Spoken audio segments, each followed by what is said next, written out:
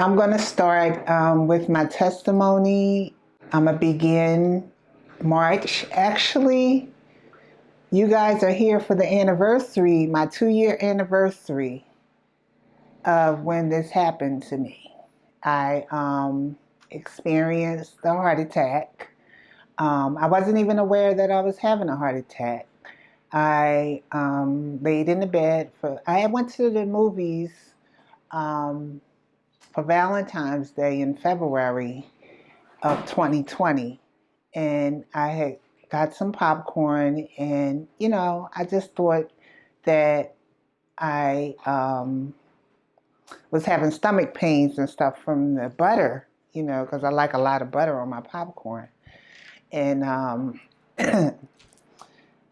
so I came home, laid down, and I didn't feel well. And I didn't have any energy, very fatigued, short of breath every time I got up. Those were my symptoms. But I still continued to lay in the bed for a couple days. Then my son, he said, "Mom, you need to go to the hospital." So I went to the hospital, and they informed me that I was having a heart attack. And I was like, oh, wow. I'm thinking a heart attack is, something like a abrupt feeling in my chest, something like that, pain, that, that's what I always thought a heart attack was. So I never associated it with a heart attack. But so when I went, they kept me in the hospital, and they gave me 3 stents. And they kept me for 5 days, and they released me. So I came home, and I stayed home a month exactly. And then in March, same time, around the 18th, it happened again. I went to the hospital, and same repeated thing happened.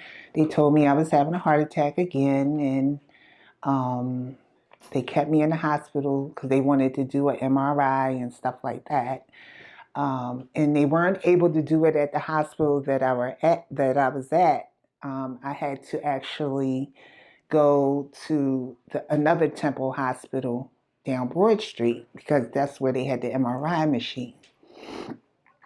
So they transported me there, and I went to that Temple and was waiting to get the MRI. I was fine. I was talking just like I'm talking now. And my sister had, this was right before the pandemic, before they shut everything down. She had brought me some chicken wings. I had a taste for some chicken wings. So that was the last thing I remember before I went into an induced coma and my heart stopped. And I actually died on the table. I died, like my heart stopped. They had to resuscitate me. They had me on an ECMO machine, which I can't really explain what all the ECMO machine does, but is very life-threatening with the ECMO machine. My friend who works at a hospital, she can explain more about the ECMO machine. But anyway, I was on the ECMO machine, and I would say approximately around 3 weeks, because I really don't remember the time. All I know, I woke up, and it was 3 weeks, 4 weeks later, almost 3 to 4 weeks later. And when I was laying there, I couldn't move. Couldn't move nothing. Couldn't move my feet, my legs, nothing. And I'm laying there, my eyes open, and I couldn't talk because they had a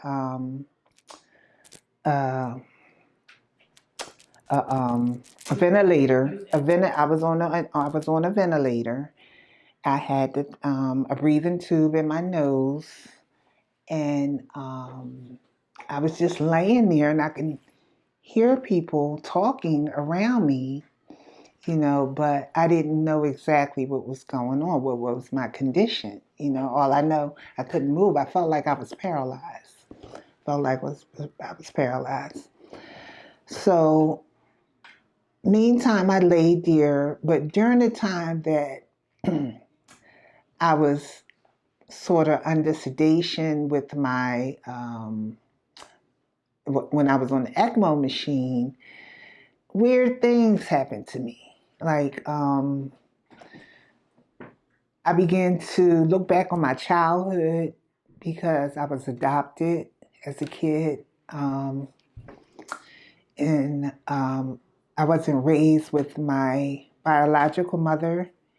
And I didn't meet my biological mother until I was like 18. I didn't even know I was adopted until I was 18. And I grew up with my mom and my dad.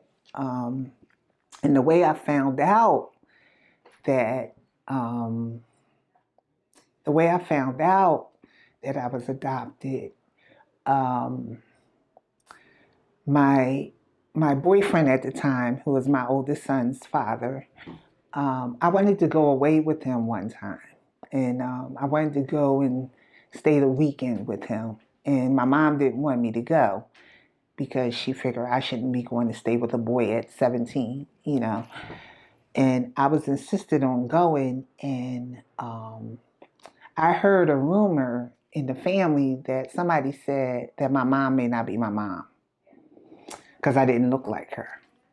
And when she told me I couldn't go to stay with my boyfriend, I said to my mom, I got upset with her, and I said, well, you're not my mom anyway. And that hurt her so bad. So when I was in my induced coma, I thought about that. It took me back to that moment when I hurt her, by saying that she wasn't my mother.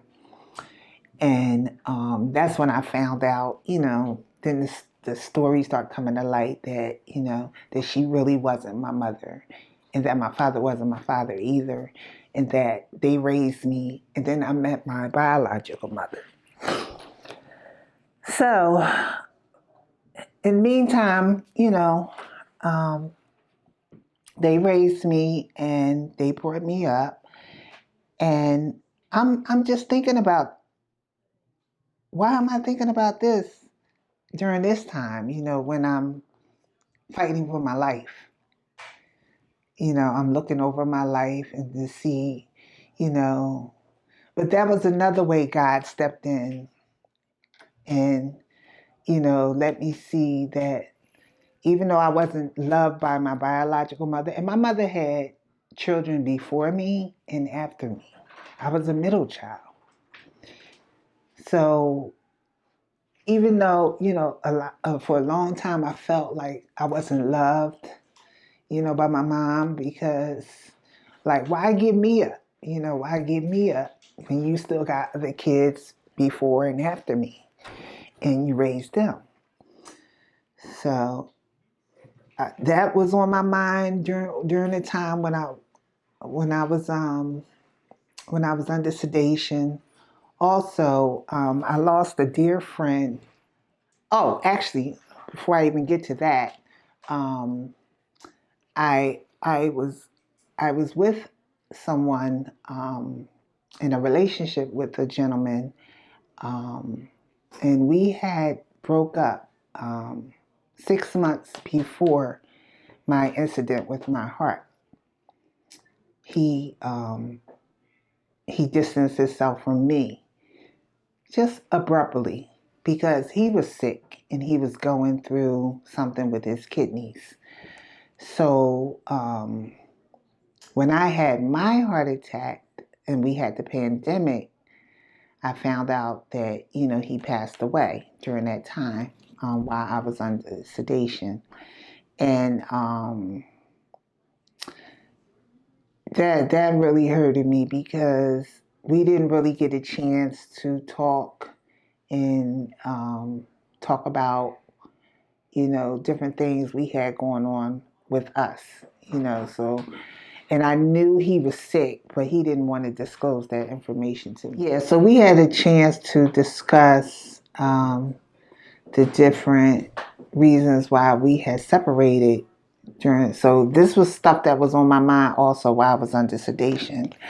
But the reason why I end up having the reason my heart attack happened is because I suffer from a disease called sarcoidosis, and my sarcoidosis started off affecting my skin, um, where I would get different lesions on my skin, lymph nodes they call them, on my skin. Some people who have sarcoidosis, they have trouble breathing with their lungs. But with me, I suffered more with it on my skin. And then it affected my eyes. It started affecting my eyes, where it caused my eyesight to kind of, it's not as good as it should be. It affected my eyesight. So then eventually it spread to my heart. So that's what caused my heart attack to happen when the sarcoidosis affected spread to my heart. And that's what caused me to go into heart failure.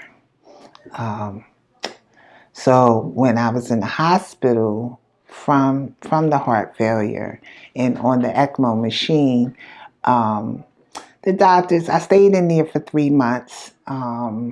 I woke up, like I said, and the nurses and the doctors at Temple, I have nothing but praise for them.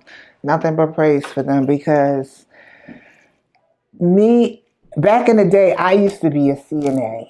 So I know how it is. My first job, I know how it is to wipe people and to change people and people who have incontinence and stuff like that. I know how it is to treat people like that and still make people treat them with dignity during that time.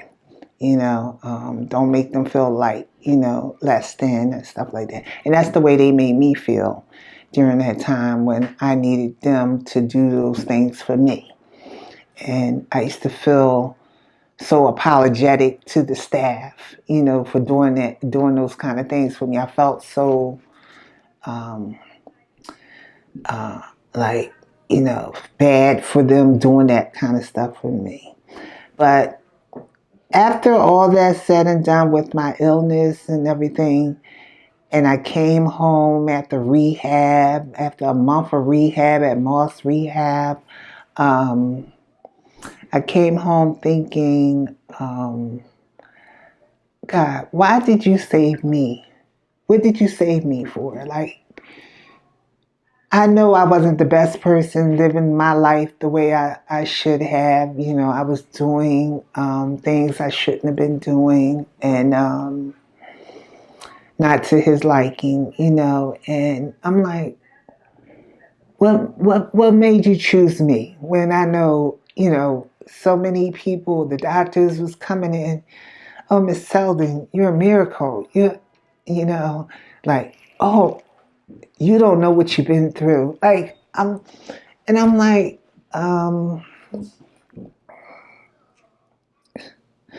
when they were saying that to me, it just made me think, why me? Like, what? I know so many other people who have been through this and they died. They died, and like, what did you save me for? And I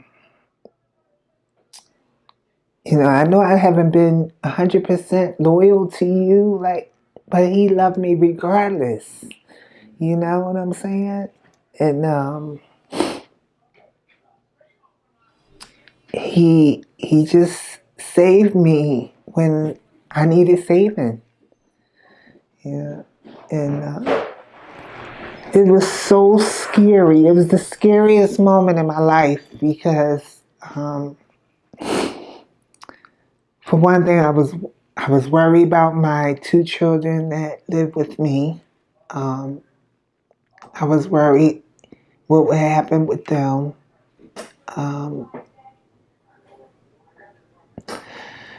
Scared that I would never see my grandkids again. Scared that I wasn't going to walk again and talk because I had the trach in my throat. I thought the hole would never. I thought I had to talk with some type of device.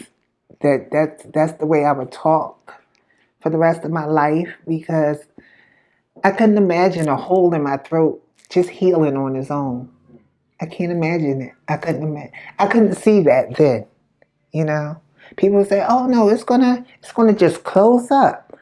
I'm like, what? You know, yeah, but it did. It did. It did. You know, it did. You could barely tell that it was there. And during the time that I was in the hospital, couldn't have no visitors because of the pandemic. All I can do is lean on God. That's, the nurses were coming in. They said, "Oh, you always listening to something that's positive, or listen to something that's uplifting." That's all I had left to do. You know, I would listen to my old church services, whatever. But you know, I didn't have anyone there to, other than the nurses and the doctors and the staff, and I just had to pray and ask God to get me up, to help me with this condition, and to help me along the way. So he did. He did. One night, it was real hard for me to breathe. It was real hard for me to breathe, and I was real scared. And they call it respiratory. And I knew them from the people that came in with the gray scrubs on. They had different color scrubs. And when I seen that lady with the gray scrubs and all that she had to do to help me breathe, it was scary. It was just scary. And I've never been through nothing like that in my life. It's a feeling I'll never forget. And when I try to tell people what I've been through, I get emotional, and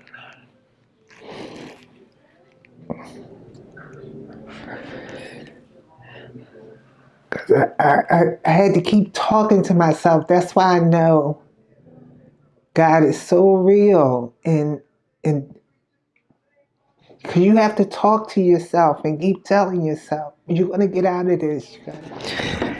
Yeah, so when I returned home, which I was glad to be home because I miss home. All the nurses would say, Miss Selden, what's the first thing you want to do when you get home? I said, sit on my porch. I love my porch. I love being outside. I'm never in the house. I'm always outside, eating breakfast, eating something. My neighbors always see me.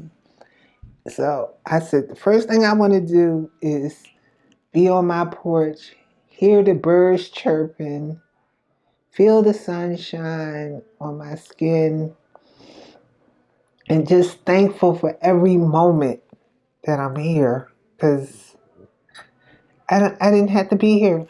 Everybody, my church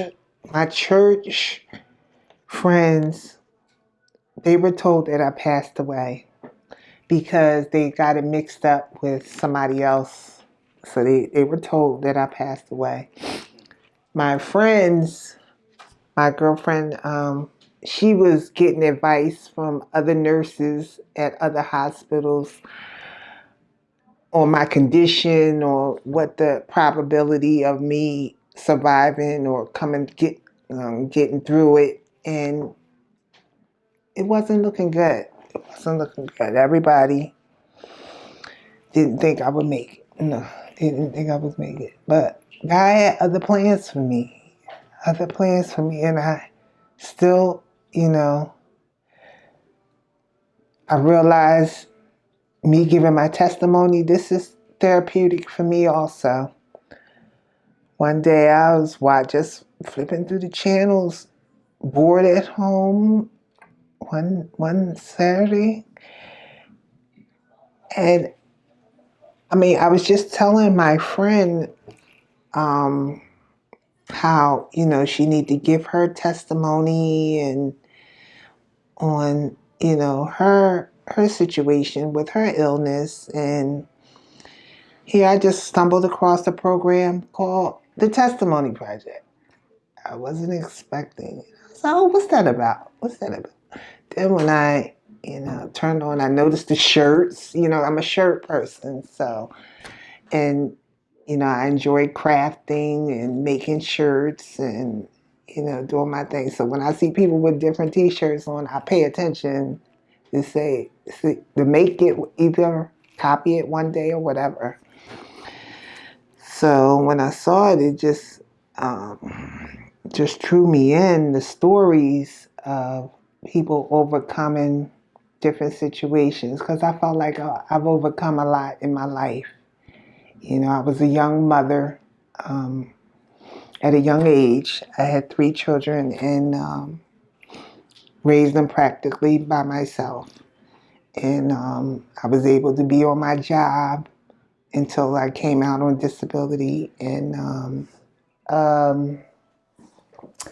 when I first got diagnosed with sarcoidosis in my 30s,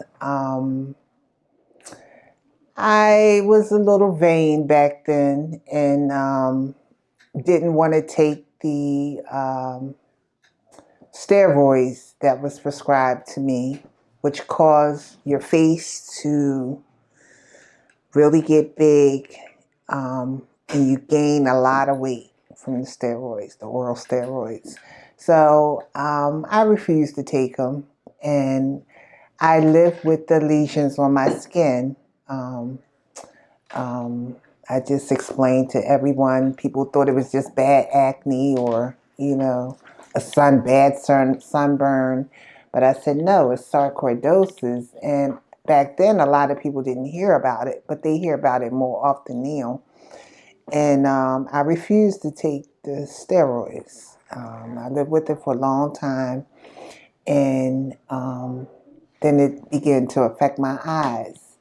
They had to do surgery on my eyes a couple of times because I got uveitis, which is like inflammation in your eyes, which causes sometimes where you get blurry vision.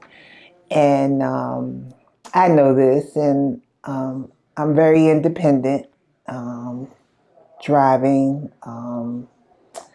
So one day I was on my way to, and this is another way God just stepped in and intervened and of the situation. I was driving to a doctor's appointment one day, and it was raining, and I was making a left turn, and next thing you know, I heard this bump, and I hit a lady, and next thing you know, I see her jump up,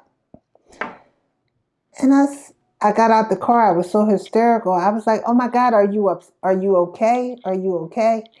And she was like, "Yeah, I'm fine. I'm fine." She didn't want to go to the hospital. Only thing she was concerned about was some mail that she had in her hand. The mail was on top of my SUV. That's where the mail flew to when I hit her. But she got up. She was fine. She walked away. Her daughter happened to be riding around. She riding by, and she lived around the corner. And she went home, and I called that night to check on her to make sure that she was okay. She was fine. But I just felt so bad hitting her, like I had no business on the road because of my eyes and stuff like that. So for a long time, I didn't drive. I didn't drive because of my eyes, which was being affected by my sarcoidosis. After that situation, that's when, I was fine for a while working. And, I worked on my job for 20, 25 years. And I sort of got a demotion at my job because they had closed certain departments. So I felt like, every day just felt like useless. Like, why am I going to work? But this job provided for me, they never cut my pay. So I always had to be there to provide for my family. But I I just felt like I didn't want to be at work. I didn't want to be at work. So when I end up going through my medical emergency with my heart attack, I I haven't been back to work since then. I haven't been back to work since then. And the point I'm trying to get to is that, when I was working back then and working two jobs sometimes, almost working two jobs sometimes, God, I was always robbing Peter to pay Paul, sort of. Like, I know God provides for me and He provides for my family, but I was always trying to, I guess, live more than what, outside my range or where money I make or what. I don't know what it was, but um, ever since my medical emergency, it just God made me see where certain things just aren't important to me.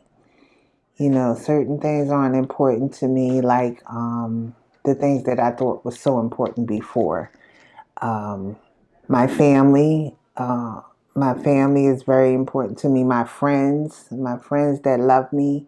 I never knew how much I was loved until that situation, what happened with my heart attack, and people praying for me, telling me how much they were there for me and helping me during my recovery, taking me shopping, doing different things for me. When I first came home, I had a commode over there. I remember the lady at rehab, she said to me, "What's the probability of putting a bed in your living room?" I said, "Oh no, there's none. There's no problem." I said, "There's no probability." That next day, I was able to lift my foot up. I don't know what happened, God. That next day, I was able to lift my foot up to try to go up a step. Because it felt like I was lifting weights, like 50 pounds was on my leg just to lift my leg up to one step. And when she said that to me, it struck a nerve. I'm like saying to myself, I don't want no bed in my living room. When you walk in the house, first thing you see is a hospital bed. I'm not doing that. I'm getting up those steps. I'm getting up those steps. So I just want to say to anybody who think that their situation is not going to change, because I'm living proof to tell you that God changes things. We just have to have faith and believe in Him and wait on His time. Because He don't do it when we want it done, but He will do it if we just keep asking and have faith. My name is Marie Selden, and this is my testimony.